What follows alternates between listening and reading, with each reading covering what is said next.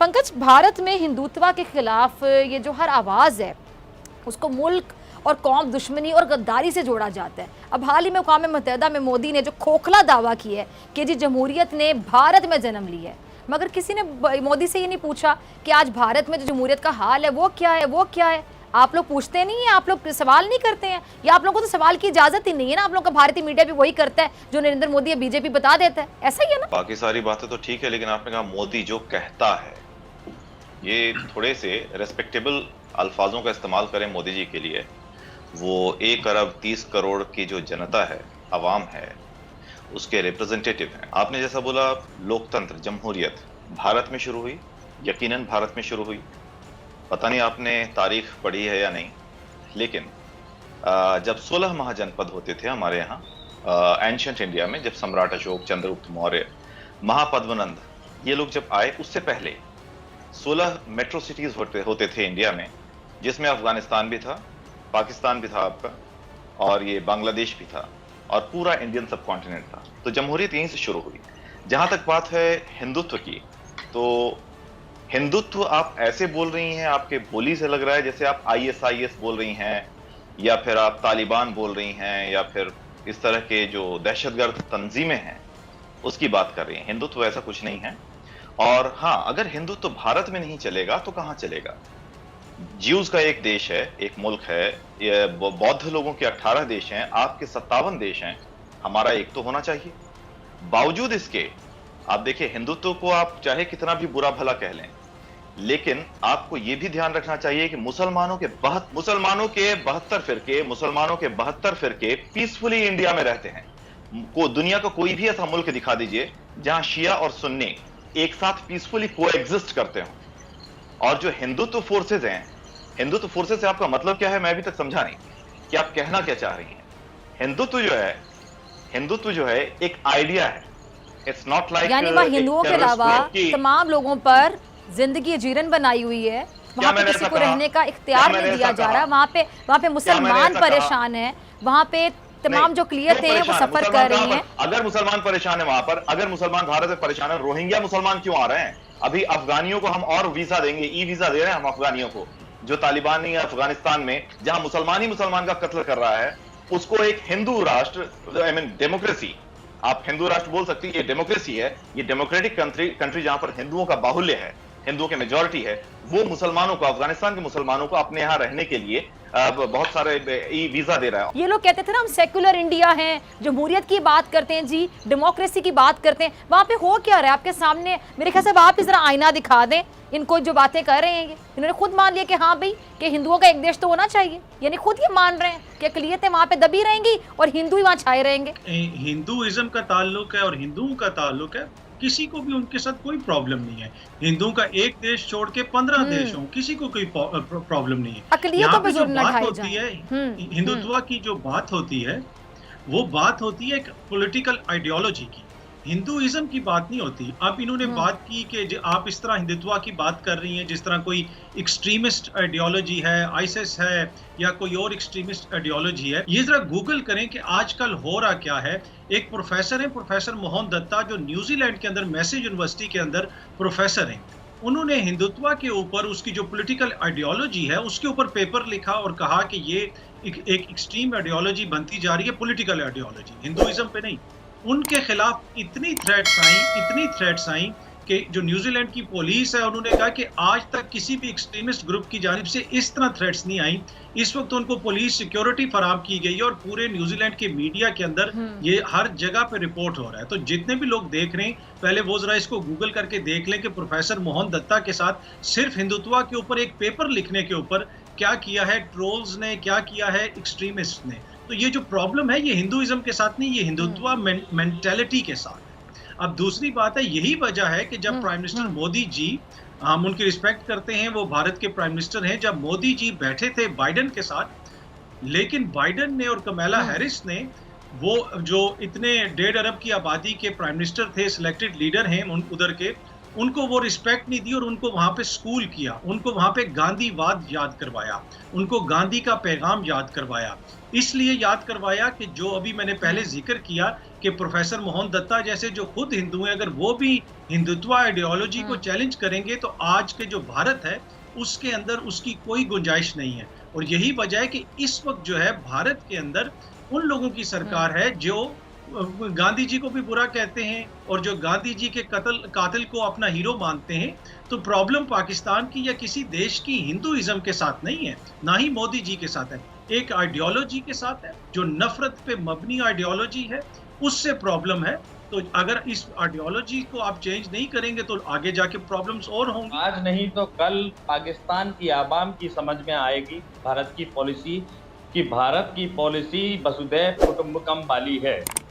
आगे मैं 1857 से अपनी बात शुरू करूंगा। जैसा कि 1857 के बारे में पाकिस्तान में भी सभी लोग जानते होंगे और पाकिस्तानी आवाम को भी ये विचार करना चाहिए, क्या मंगल पांडे ने भारत की आज़ादी की लड़ाई लड़ी, दिल्ली की आज़ादी की लड़ाई लड़ी, भोपाल की आज़ादी की लड़ाई लड़ी या झांसी की आज़ादी की लड़ाई लड़ी? लक्ष्मीबाई ने कौन सी आज़ादी की लड़ाई लड़ी और गौस खान जी ने कौन सी आज़ादी की लड़ाई लड़ी? क्या उसमें लाहौर नहीं था? क्या उसमें रावलपिंडी नहीं था? कौन सी ऐसी जगह है जो वहां नहीं थी?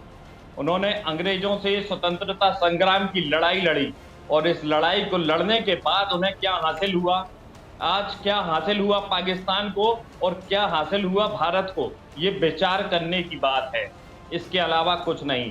भारतीय झंडे में आज आप देख सकते हैं कि किस तरह से हरे रंग को स्वीकार कर लिया गया है और भारत का झंडा इस बात का प्रतीक है कि भारत एक धर्मनिरपेक्ष देश है। जबकि पाकिस्तान का झंडा आप देख सकते हैं, पाकिस्तान के झंडे में आज भी भगवा रंग को स्वीकार नहीं किया गया। मतलब साफ है, कोई भी झंडा किसी भी देश का प्रतीक चिन्ह होता है, उसकी मानसिकता का परिचायक होता है। और भारतीय झंडा जिसमें हरा रंग भी है, जिसमें सफेद रंग भी है, जिसमें केसरिया रंग भी है, जाहिर करता है कि यहाँ हिंदू और मुसलमान कितने प्रेम से, स्नेह से, अमन से और शांति के साथ में रहते हैं। इसके अलावा आप देख लीजिए, आजादी के बाद आज भारत का रुपया अंतरराष्ट्रीय बाजार में कितना मजबूत है और पाकिस्तान का रुपया आज अंतरराष्ट्रीय बाजार में कितना मजबूत है। आपकी मजबूती का अंदाजा आपको लग जाएगा क्यों पाकिस्तान दहशतगर्दी की तरफ बढ़ चला है। क्या आजादी दिलाने वालों ने ऐसे ही देश की कल्पना की होगी कि मियां मिट्ठू जैसे पाकिस्तान के लोग जबरदस्ती लोगों का धर्मांतरण कराएंगे, महिलाओं का शोषण किया जाएगा? क्या इस आजादी की लड़ाई लड़ी गई थी? मौलाना फतवा जारी करेंगे, कानून से ज्यादा मौलानाओं के फतवे का राज होगा, मौलाना का फतवा कानून से भारी होगा। आज आप मुश्किलों से जूझ रहे हैं, इस बात को स्वीकार करने में आपको कोई हर्ज नहीं होना चाहिए।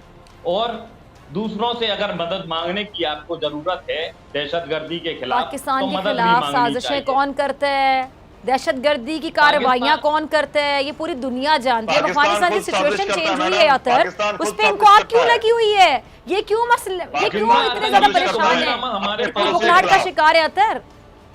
अफगानिस्तान परेशान है पाकिस्तान हमारे पास है क्योंकि हमारा पड़ोसी मुल्क पाकिस्तान एक दहशतगर्द मुल्क है मैडम।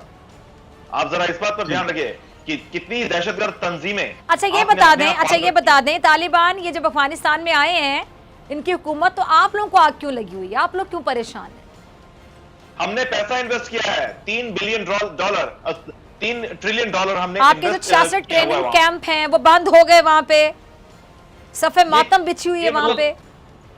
ये 72 हुरों वाली जैसी कथाएं मत बताएं मैडम कि हमारे वो ट्रेनिंग कैंप तो आपके चल रहे हैं पीओके में, पाकिस्तान ऑक्युपाइड कश्मीर में आप लोग चला रहे हैं भारत के खिलाफ। अतर ये कौन सी बातें लेके बैठ गए हैं? जरा इनको बताइएगा, अफगानिस्तान में जो ये सूरत हाल तब्दील हुई है, मंजरनामा तब्दील हुआ है, जिसपे इनके यहाँ बाकायदा सफे मातम बिछी हुई है, इनके ट्रेनिंग कैंप बंद हुए हैं, जरा इनको बताइएगा, आईना दिखाइएगा इनको जरा। हमारे कोई ट्रेनिंग कैंप है ही नहीं, क्योंकि भारत दहशतगर्द चलाता ही नहीं है। अच्छा, ये पाकिस्तान के अतर जी, अतर कहते हैं हमारे कोई ट्रेनिंग कैंप है ही नहीं। ये ट्रेनिंग कैंप शुरू हुए थे जी मुक्ति भानी से। आज जितने भी इंडियन दोस्त ये प्रोग्राम देखेंगे वो गूगल करके देखें कि तमिलनाडु के अंदर LTTE के जो तमिल टाइगर्स थे उनके कैंप्स, ट्रेनिंग कैंप्स भारत के अंदर थे, तमिलनाडु के अंदर, और ये इंडियन मीडिया के अंदर रिपोर्ट हुआ हुआ है। आज भी आप गूगल करेंगे तो भारत के अपने अखबारात में आपको खबरें मिल जाएंगी। तो ये तो इनका ट्रेनिंग कैंप्स चलाने का पुराना एक तरीका कार है और ये बड़े अरसे से चलाते आ रहे हैं। वही चीज इन्होंने जारी रखी अफगानिस्तान के। उल्टा चोर कोतवाल को डांटे,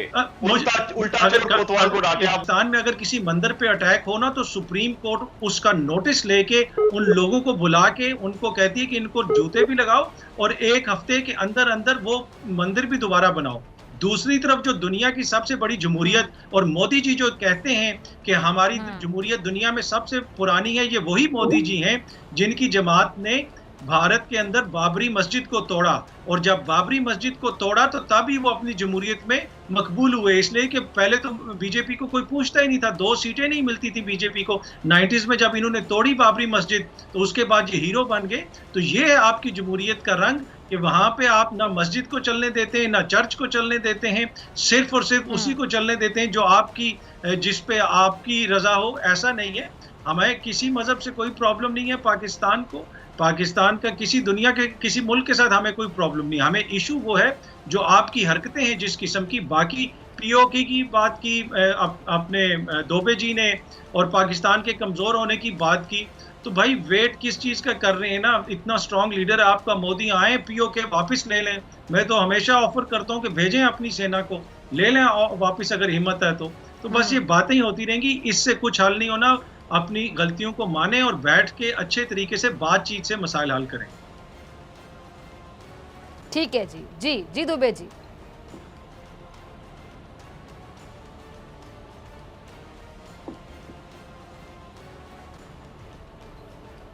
पंकज जी, पंकज दुबे जी शायद मुझे सुन नहीं पाए जी। पंकज को जवाब। जैसा कि अतहर साहब ने बोला, पाकिस्तान को कोई प्रॉब्लम नहीं है, हिंदू मुसलमान इनसे कोई प्रॉब्लम नहीं है। 25% हिंदुओं को आप लोगों ने जबरदस्ती इतना मुसलमान बना दिया कि आज 1% से भी कम मुसलमान पाकिस्तान में रह गए। ठीक है, और जो दहशतगर्दी तंजीम की आप बात करते हैं, आप देखिए आपके यहाँ से वो अजमल आमिर कसाब, वो मुंबई में जो अटैक करने वाला पकड़ा गया था, उसका आपने नकली ID कार्ड भी बना दिया था कोई चौधरी के नाम से, कलावा बांध रखा था। हिंदू जो ये अपने हाथ में कलावा बांधते हैं। मतलब ठीक है, वो आपकी फितरत में है, आप नहीं बाज आएंगे, करते रहिए आप देखिए आज भी आप भारत की सरहद में घुसने की कोशिश करते हैं और हम चांद से लेके मरीख तक पहुंच गए।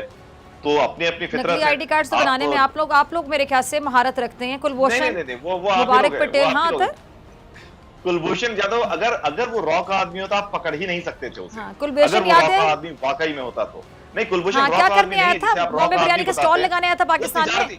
क्या करने आया था? अपने मुंह से माना है, वो क्या करने आया था यहाँ पे? वो एक तिजारती था, वो व्यापारी था, तिजारत करने गया था। ये बताएं कि वो कुलभूषण था, मुबारक पटेल था मजहबी तौर पर। तो आज हमारे यहाँ 14.2%, यानी अगर हम पूरा हिसाब लगाएं तो करीब 35 करोड़ के आसपास मुसलमानों की आबादी, और सबसे तेज अगर आबादी किसी की मजहबी तौर पर हिंदुस्तान में बढ़ी है वो मुसलमानों की है। अगर जुल्म होता तो मुसलमानों की आबादी क्या भारत में इतनी बढ़ती? देखिए, जहां जुल्म होता है वहां आबादी घटती है। जैसे हिंदुओं की आबादी पाकिस्तान और बांग्लादेश दोनों जगह घटी है। बांग्लादेश में 32% थे, आज 7 या 8% रह गए। आपके यहाँ 25% थे, आज वो 1% से भी कम रह गए। तो ये होता है। और आपके यहाँ से मतलब कभी हिंदू के जत्थे हमारे यहाँ भाग के आते हैं, राजस्थान की तरफ से भाग के आते हैं, कभी कहां से भाग करके गुजरात की तरफ से भाग के आते हैं। तो मजहबी तौर पर आप लोग कितने टॉलरेंट हो आप देख लीजिए। इस पर कुछ बोलने की जरूरत नहीं, दुनिया बोलती है आपके बारे में, हम नहीं बोलते। आप उठा करके देखिए गूगल, आप उठा करके देखिए वर्ल्ड मीडिया को, कि जब अशरफ गनी पे मुश्किल वक्त आया तो रॉ और आपके जो एजेंट्स थे वहां पे वो जहाज में इस तरह भागे वहां से कि उनको समझ नहीं आ रही थी कि अब हम करें क्या, और सब कुछ वहां पे वो छोड़ के भागे। दोस्त से तो दोस्त खड़े होते हैं ना। ऐड कर लेना जरा ये अपने आपके जुमले में, अतर दुम दुबा के भागे। दोबे जी पहले ही अफगानिस्तान की वजह से दुखी हैं हमारे इंडियन दोस्त। अब मसला ये था कि अशरफ गनी आपका दोस्त था तो अपनी सेना भेजते ना, उसके साथ खड़े होते। रोज रोते हो मीडिया के ऊपर जी पंजशेर में पाकिस्तानी सेना आ गई, पाकिस्तानी सेना ने ये कर दी। तो आपकी सेना जो है वो नान चरे बेचने के लिए बनाई है, अपनी सेना भेजो ना अफगानिस्तान। अपने अशरफ गनी के साथ खड़े हो। क्वाड में वो कौन सी रिपोर्ट रखी गई है आपको भी पता होगा, जिसमें बताया गया है कि 12 से ज्यादा आतंकी संगठनों को कौन से देश में पाले जा रहे हैं, कौन से देश में उनका पोषण हो रहा है। वो देश पाकिस्तान ही है, आपको बेहतर तरीके से पता होगा। पाकिस्तान का झंडा किस तरह से तालिबान में हटाया गया पाकिस्तान की गाड़ियों से, वो भी उन गाड़ियों से जिन गाड़ियों से मदद भेजी गई थी, रसद की मदद भेजी गई थी। तालिबानियों ने उस झंडे को उखाड़ फेंका और पाकिस्तान फूला नहीं समाता। भाई क्या बात है, बहुत अच्छी बात है ये तो। पाकिस्तान में तालिबानी झंडे भी लहराए जाते हैं और पाकिस्तान फूला नहीं समाता, इससे अच्छी बात क्या होगी।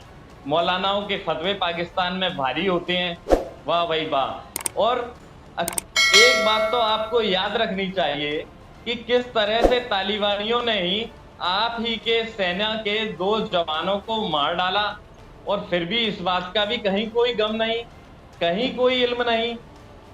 गजब शर्मसार कर देने वाली बात है भाई, गजब शर्मसार कर देने वाली बात है। और मैंने तो यहाँ तक सुना है कि आपके यहाँ के मियां मुसलमान ने जो है एक फतवा जारी किया, जिस फतवे के तहत आपके यहाँ के सैनिक चले खैर, मेरे ख्याल से प्रोग्राम क्लोजिंग की तरफ जा रहा है। ठीक है, सबके में लास्ट